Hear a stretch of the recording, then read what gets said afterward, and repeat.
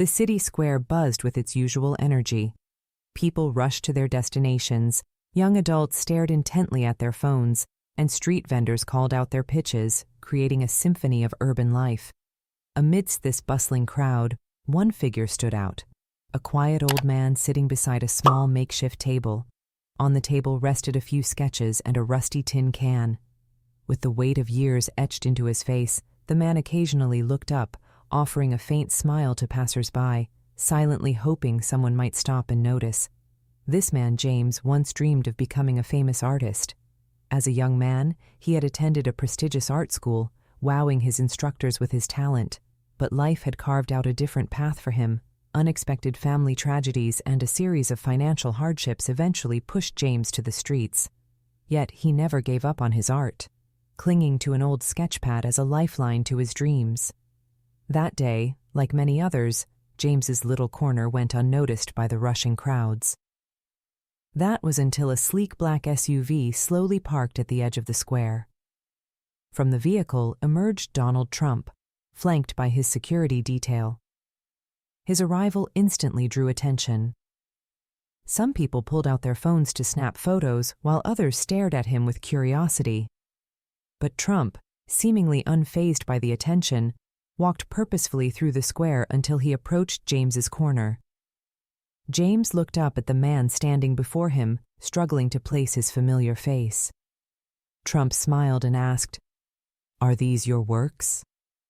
James nodded hesitantly. "Yes, sir, they are mine," he replied shyly.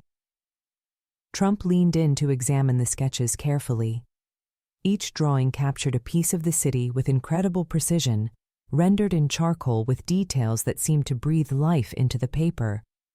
"These are remarkable," Trump said, his tone sincere. "Why are you displaying them here?" James hesitated before answering, his voice trembling slightly. "Life brought me here, sir. I don't have any other choice." Trump nodded, digesting the weight of James's words. In the middle of the bustling city, where everyone seemed to be rushing somewhere, this man's story stood out to him. Trump studied the sketches again, picking one up, a detailed drawing of an old train station. The level of detail was astonishing, down to the shadows cast by the station's clock tower, perfectly aligned with the imagined light source.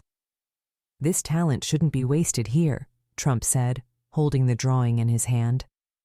James blinked in surprise, pride flickering across his face at hearing such words of recognition after so many years.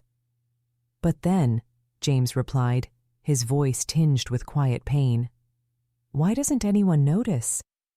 People don't stop to look. I want to believe my talent can make a difference, but the truth is, most people don't even see it." Trump listened intently to James's words, his expression serious. Then, crouching down to meet James at eye level, he said, "Maybe it's time to make them stop and notice, but for that, we'll need to do something together." Before leaving James's side, Trump purchased a few of his drawings and held them up as he turned to address the people in the square.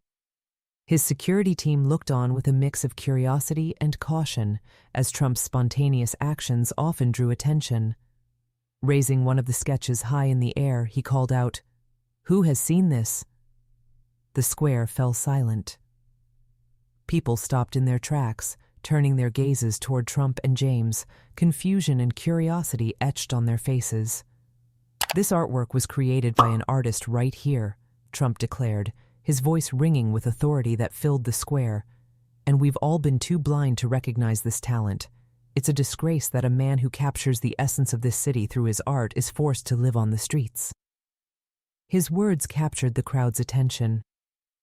Slowly, people began approaching James. Some admired his drawings, while others reached into their pockets to drop coins into his tin can. The bewilderment on James's face gave way to a faint, grateful smile. Having fully directed the crowd's attention to James, Trump stepped aside to make a phone call. "Margaret," he said swiftly, "there's a man here, an artist.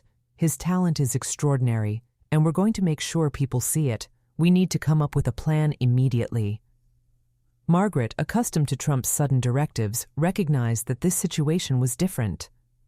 "I'm on it right away, Mr. Trump. she replied, springing into action. Meanwhile, James experienced something he hadn't felt in years, being seen and appreciated. People praised his drawings and eagerly tried to engage him in conversation. Yet, deep inside, James felt a lingering doubt. This might just be temporary attention, he thought. But Trump, seemingly sensing James's apprehension, returned to his side and placed a firm hand on his shoulder. "This is only the beginning, James," Trump said with determination. "We're going to do everything we can to show the world your talent." That evening, Trump's assistant, Margaret, worked tirelessly to organize an art exhibition for James. Trump wasn't just interested in finding a venue to display the drawings. He also wanted to launch a media campaign that highlighted James's life story. "People need to see not just the talent, but the struggles behind it," Trump said with conviction. James found himself overwhelmed by how quickly his life was changing. From quietly sketching in a corner of the city to preparing for an art exhibition, he was now a man thrust into the spotlight. Yet a shadow of fear still loomed over him. What if people see this as just a publicity stunt for Trump? What if my true talent gets overlooked? When Trump noticed James's concern, he turned to him and spoke sincerely. "James, this is about your talent and your talent alone. I'm just helping open people's eyes. The rest is up to you." As James stepped into the grand hall where his art exhibit was being held, he was overwhelmed by the sight of the glowing crowd before him. Hundreds of people admired his drawings, which adorned the walls with vivid memories from his life. Train stations, street scenes, childhood reflections. Each detail revealed not only his talent, but the depths of his soul. Standing beside him, Trump held a champagne glass, his expression radiating pride. From the crowd, a woman approached, clutching one of James's sketches. "This is the station from my street," she said excitedly. "I walk by it every day, but I never realized how beautiful it is until now." James felt a lump in his throat as he replied softly, "Thank you. These drawings were always meant to bring moments like this to life, for people like you to truly see them." Trump watched the exchange with a faint smile. Placing a hand on James's shoulder, he said, "You know, James, your story isn't just about your drawings. It's about the struggles you've faced and the inspiration you're bringing to others. You're leaving a mark on this world." Toward the end of the evening, James took to the podium to give a heartfelt speech. "This exhibition is not just about showcasing an artist's talent," he began. "It's about showing that everyone deserves a chance. I want to thank Donald Trump for giving me this opportunity, but most of all, I want to thank all of you for being here and truly seeing me." The crowd erupted into applause, clapping for several minutes. In that moment, James was no longer just an artist.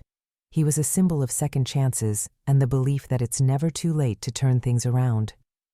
As Trump watched James from the sidelines, he reflected, "This is what it's all about, seeing potential in people. Sometimes all it takes is helping the right person at the right time." James's exhibit didn't end with that night. His drawings garnered immense attention and were soon purchased by collectors, generating enough income for him to open a new studio. He also used the proceeds to establish a fund to help the homeless, turning his journey into one of hope and giving back.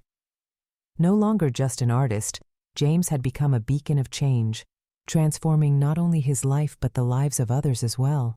And that's the end of our story. Thank you so much for watching.